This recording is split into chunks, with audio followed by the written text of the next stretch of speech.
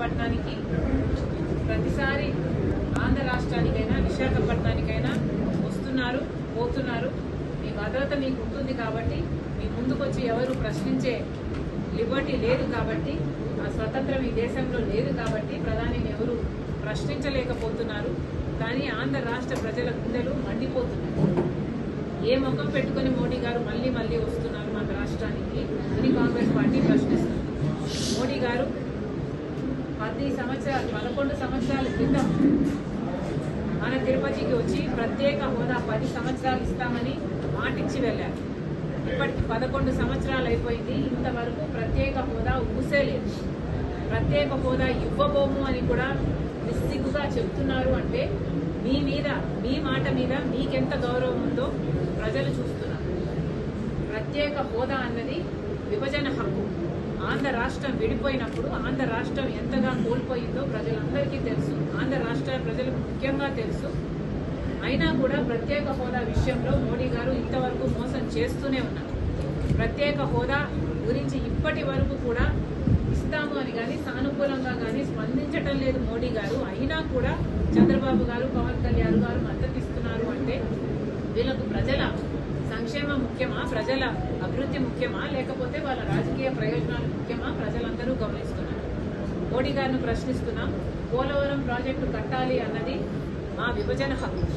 పూర్తి ఖర్చులు కేంద్ర బాధ్యత తీసుకొని కట్టాలి అన్నది మా హక్కు. అయితే అది మాకు ఇచ్చిన హామీ అయితే ఇప్పుడు ఈరోజు పోలవరం ప్రాజెక్టుకు సంబంధించి 45 మీటర్లలో కాదు 41 మీటర్లకే కడతాము అని బహిరంగంగా పార్లమెంటులోనే చెప్పి కొన్ని నిధులు మంజూరు చేశారు. ఇది అన్యాయం కాదా అని మోడీ గారిని అడుగుతున్నాం. పోలవరం ప్రాజెక్టు 45 మీటర్ల నీళ్ల నిల్వ ఉంటేనే అది గ్రావిటీ బేస్డ్ ప్రాజెక్ట్. ఇలా 41 మీటర్ల కంటే అది లిఫ్ట్ ఇరిగేషన్ ప్రాజెక్ట్ అవుతుంది, ఒక బ్యారేజ్ అవుతుంది. అసలు పోలవరం ప్రాజెక్టు ఎసెన్స్ ని, దాని స్పిరిట్ ని మొత్తం కూని చేస్తున్నారు మోడీ గారు. పార్లమెంటులోనే ఇది అనౌన్స్ చేస్తే వైసీపీ అయినా, టీడీపీ అయినా, జనసేన అయినా ఏది మాట్లాడలేదు.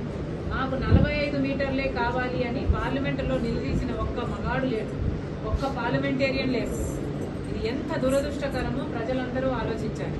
మోడీ గారు విశాఖపట్నం వస్తున్నారు, సమాధానం చెప్పాలి. ప్రత్యేక హోదా గురించి సమాధానం చెప్పాలి, పోలవరం గురించి సమాధానం చెప్పాలి. అలాగే రాజధానికి కూడా అప్పులు ఇస్తున్నారు. మాకు అప్పులు కావాల్సింది, మాకు రాజధాని కావాలి. రాజధాని కట్టాల్సిన బాధ్యత కేంద్రానికి, రాజధాని పూర్తి చేసి ఇవ్వాల్సిన బాధ్యత కేంద్రానికి. ఈరోజు మాకు ఎందుకు అప్పులు ఇస్తున్నారు? ఈ అప్పులన్నీ మళ్ళీ మా మీద, మా బిడ్డల మీద పడతాయి. అంటే మనం మళ్ళీ భూమిని అమ్ముకొని కట్టుకోవాలి. మాకు ఏం అవసరం ఉంది? మోడీ గారు ఇవన్నీ సమాధానం చెప్పాలి. విశాఖపట్నం స్టీల్ కు సంబంధించి ఇంతవరకు కూడా ప్రైవేటైజ్ చేయబోము అని చెప్పటం లేదు మోడీ గారు. పార్లమెంటులో ఏదైతే ప్రైవేటైజ్ చేసే ఆలోచన ఉందో ఆ ఆలోచనకు మేము కట్టుబడి ఉన్నాము అని ఇటీవల కూడా ఒక కేంద్ర మంత్రి చెప్పారు.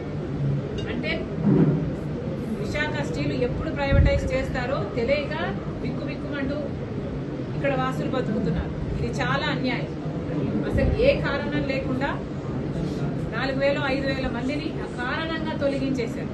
ఇలా తొలగించుకుంటూ పోయి దాన్ని మెల్లగా కూని చేసే క్రమంలో పడ్డారు మోడీ గారు. ఇవన్నీ డైరెక్ట్ గా కాకపోయినా ఇండైరెక్ట్ గా చంద్రబాబు గారు సపోర్ట్ చేస్తున్నట్టే. ఎందుకంటే మోడీ గారు చేస్తున్న అన్యాయాలు ఏ ఒక్కటి ప్రశ్నించకుండా వాళ్ళకు కంటిన్యూస్ గా మద్దతు ఇస్తున్నారు చంద్రబాబు గారు. అంటే దాని అర్థం ఆంధ్ర రాష్ట్ర ప్రజలకు వెన్నుపోటు పొడుస్తున్నారు అని. మోడీ గారు విశాఖపట్నం వస్తున్నారు. వీటన్నిటి మీద కూడా ప్రజలకు సమాధానం చెప్పాలి. ఉత్తరాంధ్ర రాయలసీమకు స్పెషల్ ఎకనామిక్ ప్యాకేజ్ ఇస్తామని చెప్పారు, నిధులు ఇస్తామని చెప్పారు. ఎంత ఇస్తున్నారు? ఎప్పుడు ఇస్తున్నారు? అసలు ఇస్తున్నారా లేదా? మీ ఆలోచన ఏమిటి? అసలు ఏ దానికి సమాధానాలు చెప్పకుండా, ప్రజలకు ఏ భరోసాను ఇవ్వకుండా ఈ పార్టీ మీరు వస్తున్నారు. ఇప్పుడు యోగాంధ్ర అంటారు. అవసరమా? ప్రజలకు ఏం అవసరం అండి? అది కదా మీరు చేయాల్సింది. ప్రజల పల్సును, ప్రజల నాడిని అర్థం చేసుకోలేని నాయకులు మీరు ఏమి నాయకులు? మళ్ళీ కాంగ్రెస్ పార్టీ డిమాండ్ చేస్తుంది, మోడీ గారు వస్తున్నారు, వీటన్నిటికీ సమాధానం చెప్పాలని కాంగ్రెస్ పార్టీ మోడీ గారిని డిమాండ్ చేస్తుంది. మొన్న జరిగిన జగన్